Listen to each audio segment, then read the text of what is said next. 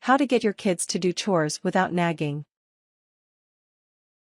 Trial and error may have proven that nagging your children about doing chores doesn't work. However, due to the stress and frustration that often accompanies parenting, you may find yourself turning to this tactic despite knowing it won't yield the desired results. When parents consistently nag, kids start to tune them out. Therefore, you need some helpful strategies to encourage your children to handle their responsibilities without nagging. By using your voice in a positive way, developing a practical chore system, and setting clear consequences and rewards, you can have your kids helping out in no time. Method 1: Using your voice effectively. 1. Be clear about what is expected ahead of time. You may think your child knows exactly what is expected, but that may not actually be the case. Giving clear and detailed instructions of what you want can prevent you from feeling frustrated when your child doesn't perform the task in the manner in which you desire. For instance, if you want your child's room cleaned, avoid saying "clean your room." Instead, say you need to put away your clean clothes, pick up all toys and trash from the floor, and make your bed. 2. Use humor to lighten tension. Just about everyone performs better and has a more enjoyable time doing their chores when they aren't stressed and are instead happy. Using humor to remind your children that they need to perform chores can set the tone for a good day and have chores completed without fighting. For example, you can write a note from the dog reminding your child that she is hungry and needs food. 3. Develop short and simple, one-word reminders. Children typically don't want to hear long lectures whenever they forget to do something. Instead, create straightforward, one-word reminders that can help them to remember their chores when they forget. For instance, saying cat to feed the cat or homework to remind them to complete their assignments may be enough to encourage your children to do their chores without causing a fight. 4. Model by doing your own chores in a timely fashion. Leading by example is one of the most effective methods in teaching children. Your children will likely procrastinate or dislike completing chores if they see you act the same way. Instead, get your own chores done in a timely manner and display the type of attitude and performance you expect your children to display yourself. Method 2: Developing a clear system. 1. Be realistic about selecting age-appropriate chores. You wouldn't expect your toddler to wash and fold clothing, and you also know that your teenager is capable of doing more than just making the bed. Selecting chores that are age-appropriate is key, as you don't want your children getting frustrated or bored because tasks are either too difficult or too easy. As your children get older, increase the amount of chores and their complexity.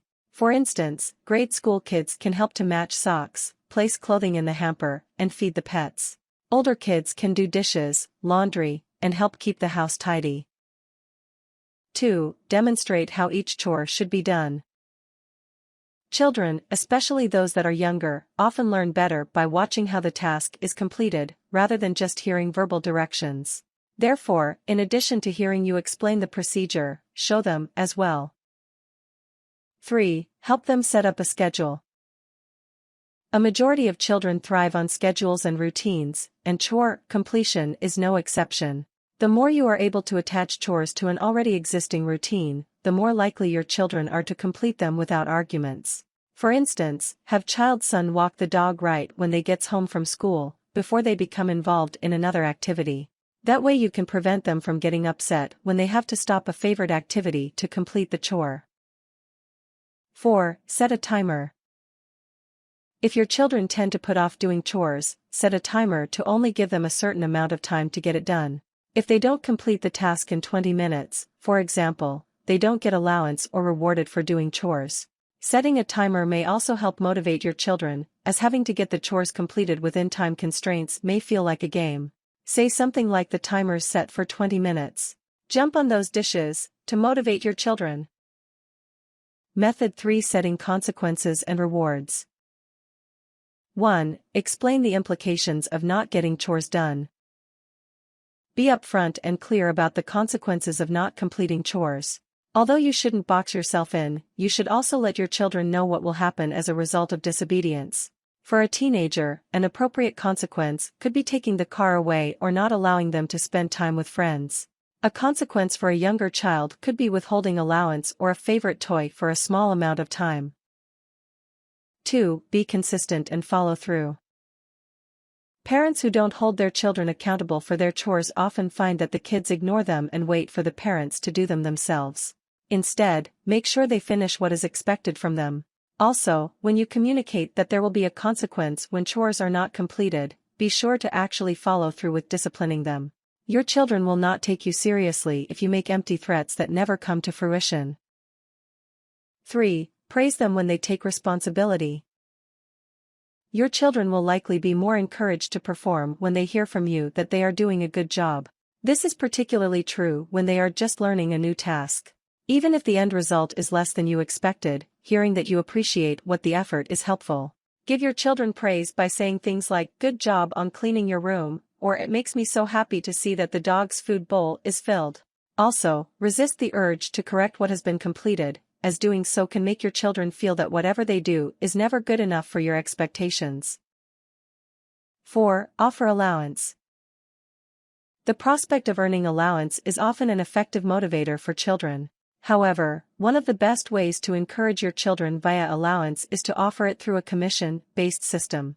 In other words, instead of offering a set amount each week, only pay your children for the work that was completed. Additionally, don't give your children allowance if chores aren't completed.